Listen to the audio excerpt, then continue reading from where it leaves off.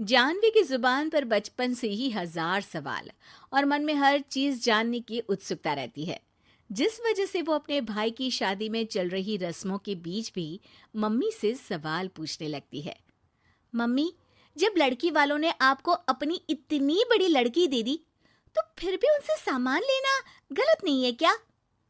इस पर कोई भी जानवी की बात का जवाब नहीं दे पाता और उसे इग्नोर करते हुए रस्में निभाते रहते हैं।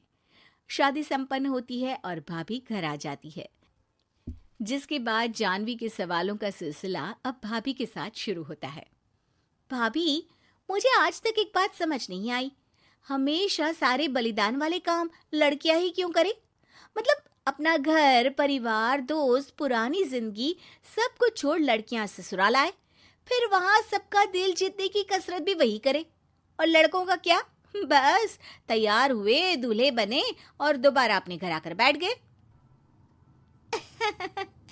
दीदी, मैं ससुराल में हूँ, जवाब कंट्रोवर्शियल हो जाएगा, इसलिए आप अपने ये दुनिया हिलाने वाले सनसनीखेज सवाल अपने पति से करना, क्या पता वो जवाब दे पाए।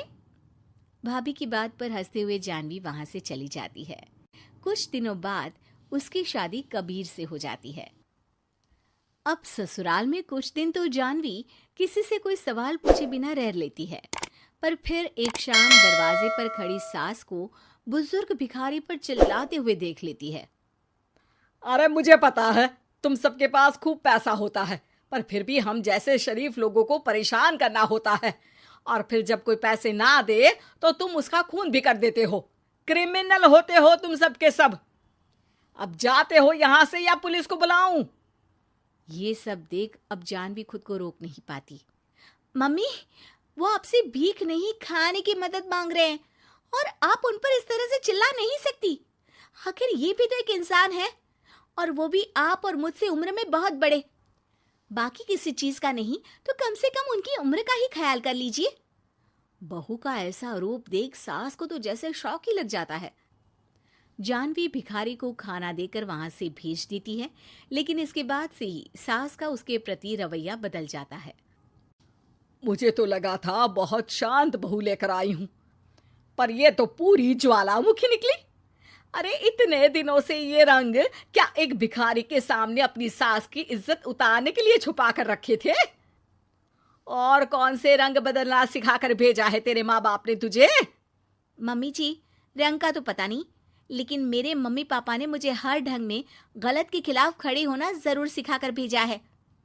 बहू का जवाब सुन सास गुस्से में वहां से चली जाती है, जिस पर पीछे खड़ा सब कुछ सुन रहा कबीर जानवी के पास आता है। जानवी, मैं मानता हूं तुमने जो किया अच्छे के लिए किया, पर मम्मी से ऐसे नहीं बोलना चाहिए था। अब उन्हें मनाने की जिम्मेदारी तुम्हारी ही है।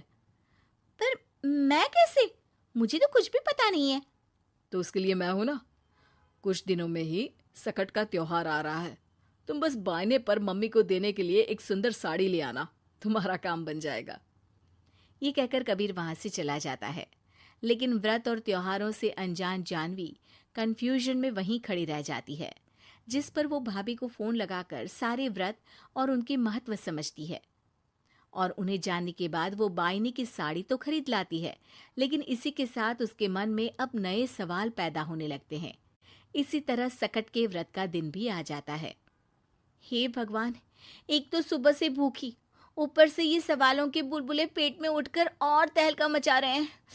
अब क्या करूं, किससे पूछूं? जानवी अपने आप से ये सब बोल ही रही होती है कि सास और कबीर उसके सामने आ जाते हैं।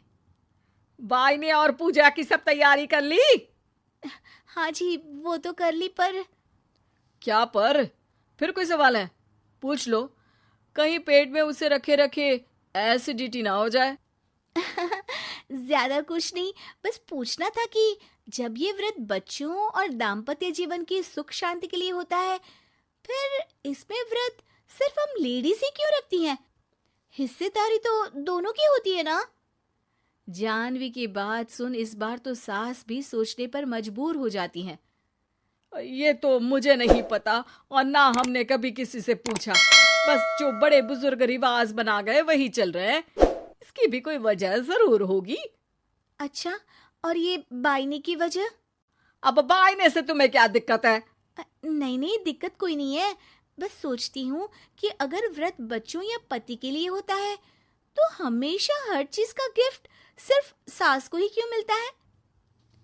अरे पति के नाम पर व्रत है तो उन्हें, और बच्चों के नाम पर जो व्रत है उनमें बच्चों को क्यों गिफ्ट नहीं दी जाती? जानवी का सवाल सुन इस बार सास भड़कने की बजाय शांति से उसका जवाब देती है। वैसे ये सवाल एक बार मैंने भी अपनी सासू माँ से किया था, तो जवाब मिला कि सास की वजह से ही पति मिला है, इसलिए एक थैंक यू और इज्जत की तरह उन्हें ये बायना दिया जाता है। और बच्चों वाला तो मुझे भी नहीं पता। बाकी इस बात की भी कंफर्मेशन नहीं है कि सासू माँ ने ये सिर्फ मेरे सवालों को शांत करने के लिए बोला था या ये सच भी है। सास के जवाब और जानवी के सवाल से अब वो दोनों ही कंफ्यूजन में हैं कि आखिर सच और वजह क्या है। अगर आप लोगों के पास इन सवालों के जवाब हैं तो कमेंट करके सबके साथ ज़रूर शेयर कीजिएगा।